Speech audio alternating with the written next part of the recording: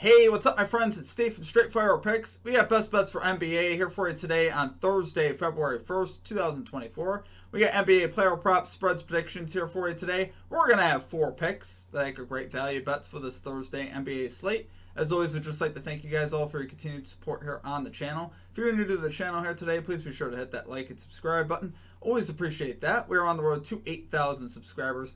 Appreciate all of your guys' support as always. You guys absolutely rock. Make sure you guys check us out on social media, Instagram, TikTok, Twitter at Straightfire Picks for more picks, content, recaps, ladder challenges, stuff like that. A great way to keep up with us there. Also check out our community Discord page as well. It's absolutely free. You get access to the chat, more ideas for research, and just a great way to keep up with our community. I'm in there as well, so you guys can chat with me in there.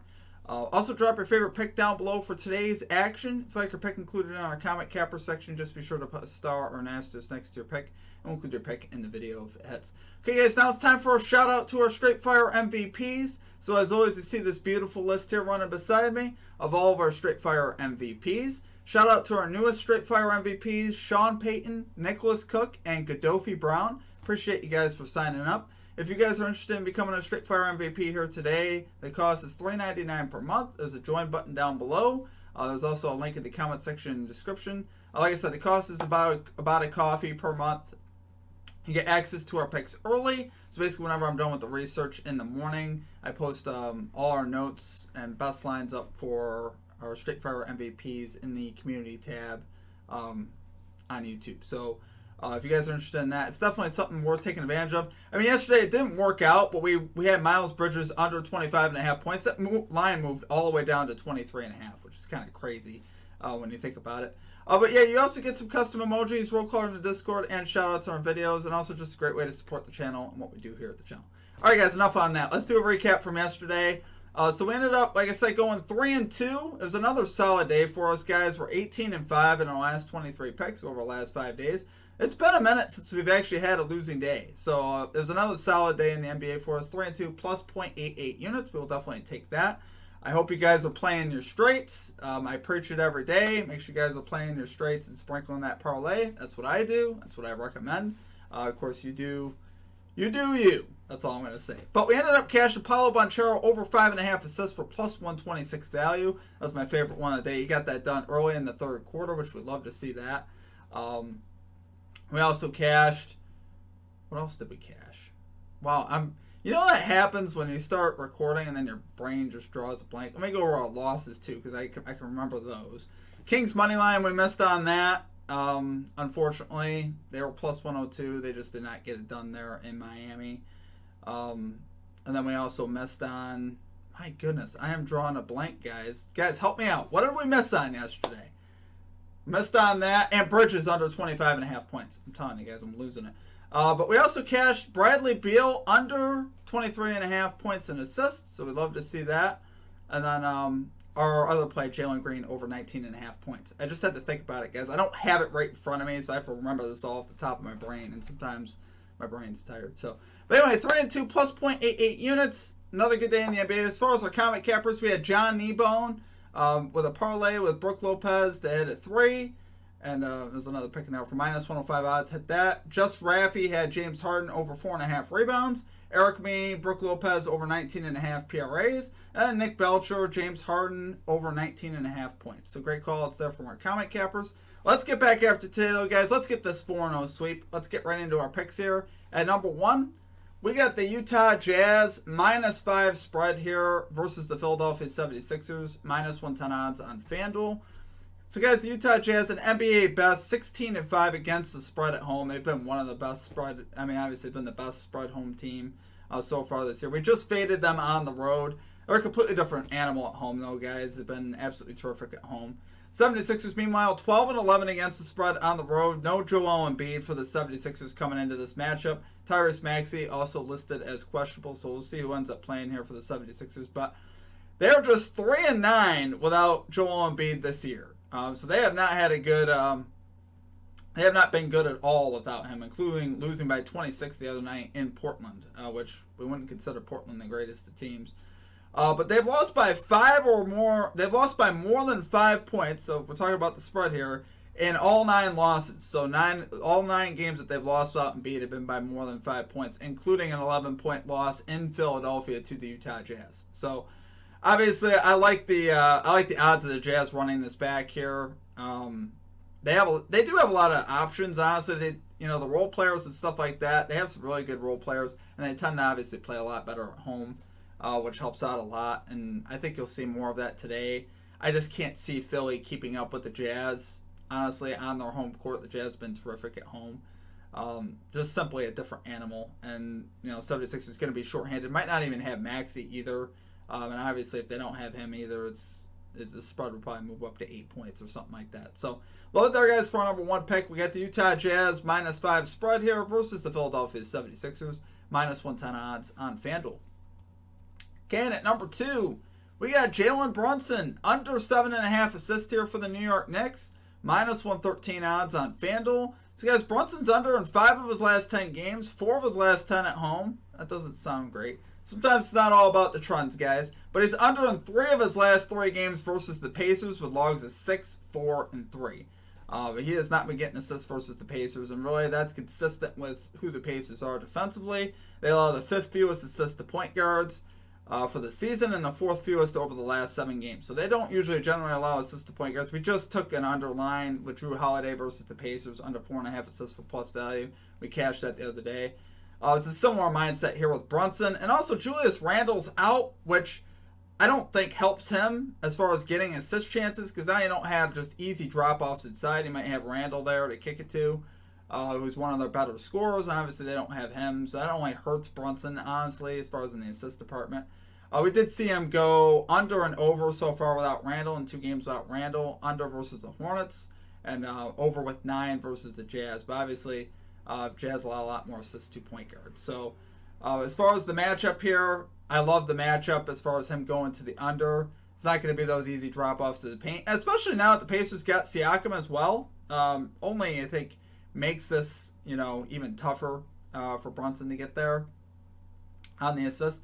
He's averaging 11.1 potential assists over his last 10 games, which really isn't that crazy for a line this high. 11.1, we talk about the half method. We talked about Paolo Banchero yesterday, right? 5.5 assist line was his line. 10.9 was his potential assist over the last 10 games. It was almost double. Here, this is almost the same, and this is up 2 higher at 7.5. So obviously that's why, sometimes those things are definitely worth looking at, and it gives you more of an idea of basically if he makes a pass, for a potential assist, the guys have to knock down their shots. And, legitimately for the Knicks, you're going to be relying on a lot of perimeter shooting. So, DiVincenzo, I think, went off the other day versus the Jazz. So he probably got a lot of assists there to DiVincenzo. What's the odds that DiVincenzo hits 9 threes again tonight? Not good. I would say not good. We'll see, but I would say that's probably not going to happen. But yeah, overall, guys, I think this is just a great matchup, and I see him going under. So love it there, guys, for number 2 pick. We got Jalen Brunson under 7.5 assists here for the New York Knicks, -113 odds on FanDuel.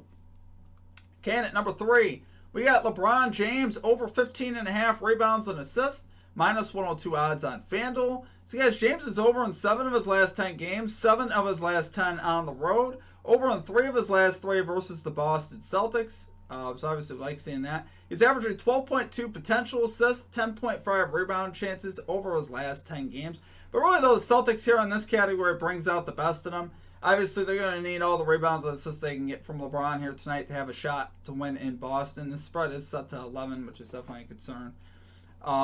But there's also a chance that LeBron might not play. He is listed on the injury report. But if he ends up playing, I trust that he's going to be ready to go. And obviously, he's going to play his full complement of minutes.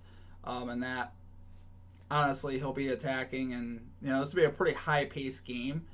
So I think he'll have a lot of opportunities to get rebounds and assists. That's one thing you get with Boston. They'll get up and down the floor.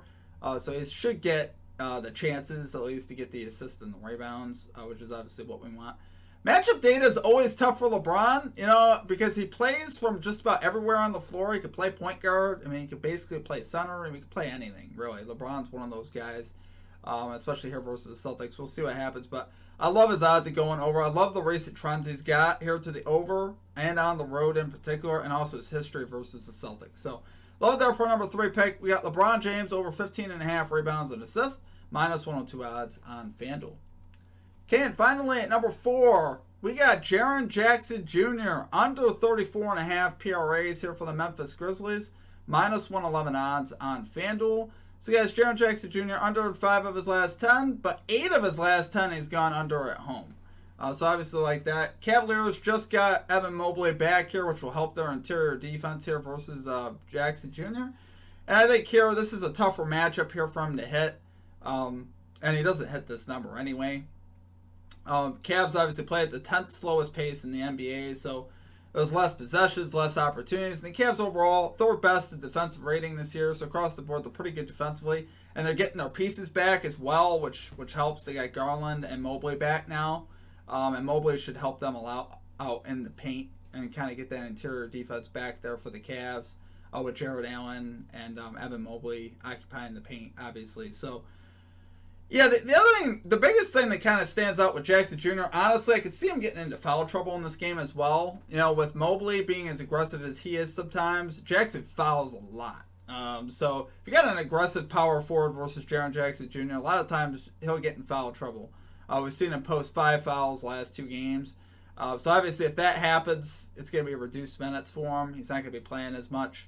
And I think obviously it'll increase his likelihood for the under. So love it there, guys. For our number 4 pick, we got Jaren Jackson Jr. under 34.5 PRAs here for the Memphis Grizzlies. Minus 111 odds on FanDuel. All right, guys, let's get to it for our picks. We are once again doing the For the Sweep parlay. I posted up on the screen. We're risking just 1/10 of a unit like we have the last couple days.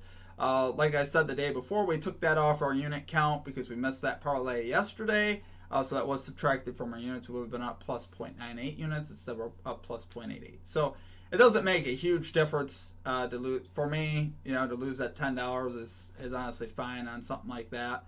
That's what I'm talking about, sprinkling the parlay though. I put 1/10 of a unit on the parlay to add a little bit of extra boost, but yeah. We don't want. I'm not going to go out and put $1,000 on that parlay. It's just not something I'm going to do. But hope we can cash in on this today. All our lines are on FanDuel, so what you see on the screen should be what you get. What we just posted. So you guys, yeah, hopefully we cash in and make over a unit on that, and hopefully we can have a 5-unit day, guys. So that's it for our picks, though, guys. I appreciate all of your guys' support. You guys absolutely rock.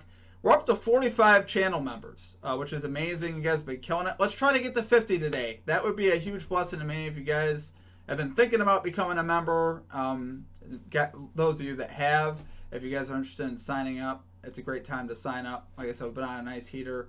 And if we get to 50, that'd be really cool. So, like I said, I appreciate all of you. You guys absolutely rock. It's been a fun run here at the channel. I hope we keep it going. You know, I can't honestly remember the last losing day we had. I got to go back in my logs and actually check the last time we had a losing day. I want to say it's been almost a couple weeks. I don't want to jinx it, but, you know, we've at least been 500 or better for the better portion of a few weeks now. You guys can quote me on this, but I'd have to go back and check. But obviously, we've been on a nice run. You guys have been killing it with the support. You know, we've gotten a lot of new members. We've had a lot of views on the videos, a lot of likes on the videos, and you guys have blessed me that way, so I appreciate you guys. But outside of that, it's going to do it for me, guys. I hope you guys have a great rest of your day. We will catch you all next time. Peace out.